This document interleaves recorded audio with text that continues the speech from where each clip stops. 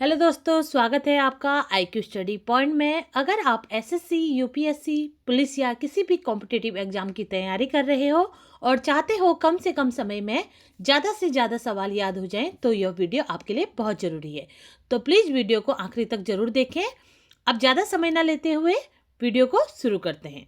तो आज का हमारा जो इम्पोर्टेंट टॉपिक है वो है पुस्तकें एवं लेखक। तो आज हम मुंशी प्रेमचंद्र एवं उनकी प्रमुख रचनाएं जो हैं उनके बारे में जानेंगे। तो मुंशी प्रेमचंद्र की रचनाओं को जानने से पहले हम थोड़ा सा मुंशी प्रेमचंद्र जी के बारे में जानेंगे। तो मुंशी प्रेमचंद्र जी जो हैं उन्हें हिंदी की कहानी के पितामह और उपन्यास सम्राट के रूप में जाना जाता है। ठीक है, मुंशी प्रेमचंद्र जी का जन्म 31 जुलाई 1880 में बनारस के पास लम्ही नामक गांव में हुआ था। ठीक है, और इनका जो मूल नाम है वो है धनपत राय श्रीवास्तव। ये आपको याद रखना है। अब मुंशी प्रेमचंद्र और उनकी प्रमुख रचनाओं के बारे में हम जानेंगे। इनकी रचना है गोदान, गबन, कर्मभूमि, रंगभूमि, निर्मला, सेवा सदन, प्रेमाश्रम, प्रतिज्ञा, वरदान और मंगलसूत्र। ये इनकी प्रमुख रचनाएं हैं जो कंपटीशन एग्जाम में पूछी जाती हैं।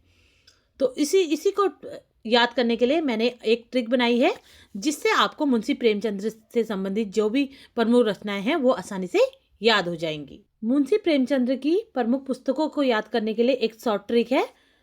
गोदान गबन कर्म की कथा, रंगभूमि में नारी, निर्मल सेवा प्रेम प्रतिज्ञा, वरदान मंगल भारी।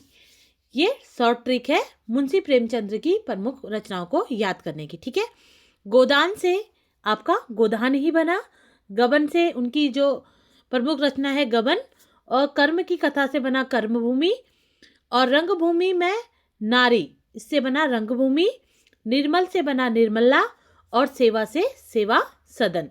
ठीक है, प्रेम से बना प्रेमाश्रम, उसके बाद प्रतिज्ञा से प्रतिज्ञा ही रहा, मंगल से वरदान, और मंगल भारी से मंगल सूत्र। ये उनकी प्रमुख रचनाओं को याद करने के लिए आपके लिए एक शॉर्ट ट्रिक बनाई है जिससे आपका आसानी से याद हो जाए आपको एग्जाम में। अब मुंशी प्रेमचंद्र जी से संबंधित क्वेश्चन किस तरीके से आते हैं वो हम इस MCQ के माध्यम से जानेंगे। ठीक है, तो इस MCQ से आपको क्या फ़ायदा होगा कि आपको जो ये क्वेश्चन है वो किस तरीके से पूछे जाते हैं ये पता चल जाएगा। ठीक है, तो क्वेश्चन नंबर 1 है, गोदान उपन्यास के लेखक कौन हैं? तो इसका राइट आंसर है option number B, Munshi Premchandra. ठीक है, मुंशी प्रेमचंद्र जी जो हैं वो गोदान उपन्यास के लेखक हैं, ये आप आसानी से बता सकते हैं। ठीक है, क्वेश्चन नंबर 2 है, मुंशी प्रेमचंद्र का वास्तविक नाम क्या था? तो इसका राइट आंसर है option number B, Dhanpat Rai. ठीक है, मुंशी प्रेमचंद्र का वास्तविक नाम धनपत रॉय श्रीवास्तव था। ठीक है, और उनका अगर शुरुआती नाम पूछे तो उनका शुरुआती नाम था नवाब रॉय, इनका शुरुआती नाम था, और वास्तविक नाम जो है उनका धनपत रॉय श्रीवास्तव है। ठीक है, उसके बाद क्वेश्चन नंबर 3 है, सेवा सदन उपन्यास का पुराना नाम क्या था? ठीक है, तो इसका राइट आंसर है ऑप्शन नंबर सी, बाजार ए हुस्न। ठीक है, सेवा सदन उपन्यास का पुराना नाम बाजार ए हुस्न था। इसे मूल रूप से उर्दू भाषा में लिखा गया था। ठीक है, और बाद में प्रेमचंद्र ने जो है इसका हिंदी में अनुवाद किया था और वो प्रकाशित किया था 1919 में। ठीक है, और इसे क्या नाम दिया गया था? सेवा सदन नाम से इसे प्रकाशित किया गया था। उसके बाद क्वेश्चन नंबर 4 है, कर्मभूमि किस प्रकार की रचना है? तो इसका राइट आंसर है ऑप्शन नंबर सी, उपन्यास। ठीक है, कर्मभूमि जो है वो मुंशी प्रेमचंद्र जी द्वारा लिखी गई सामाजिक और राजनीतिक उपन्यास है जिसे कब प्रकाशित किया गया था? 1932 में प्रकाशित किया गया था। क्वेश्चन नंबर 5 है, कफन कहानी किस लेखक की है? तो इसका राइट आंसर है ऑप्शन नंबर ए, प्रेमचंद्र की। मुंशी प्रेमचंद्र की जो है कहानी है कफन। ठीक है, और कफन जो है वो प्रेमचंद्र की आखिरी कहानी है, ये भी आपको याद रखना है। क्वेश्चन नंबर 6 है, पूस की रात कहानी का मुख्य विषय क्या है? तो इसका राइट आंसर है ऑप्शन नंबर बी, ग्रामीण जीवन।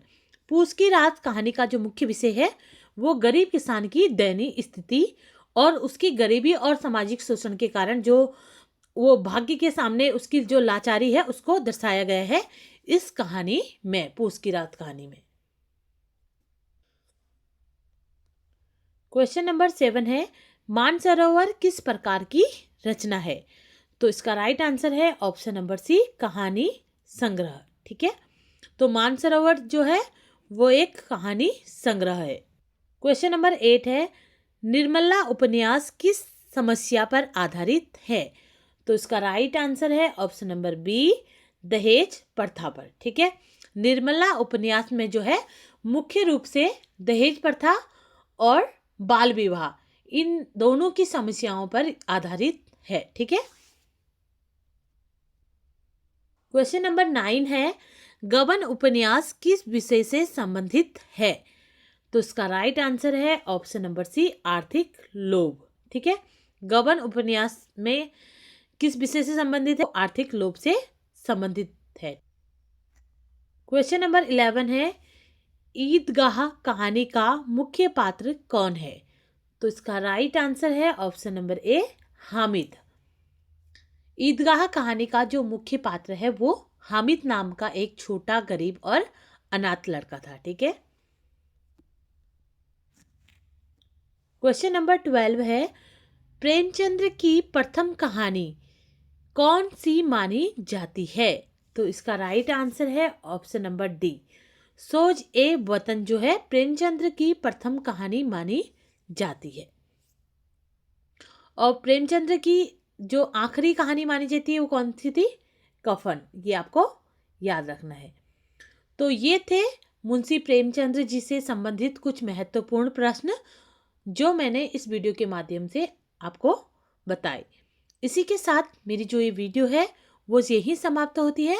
अगर मेरी इस वीडियो से आपकी नॉलेज बढ़ी हो तो प्लीज़ चैनल को सब्सक्राइब करें और बेल आइकन दबाना ना भूलें।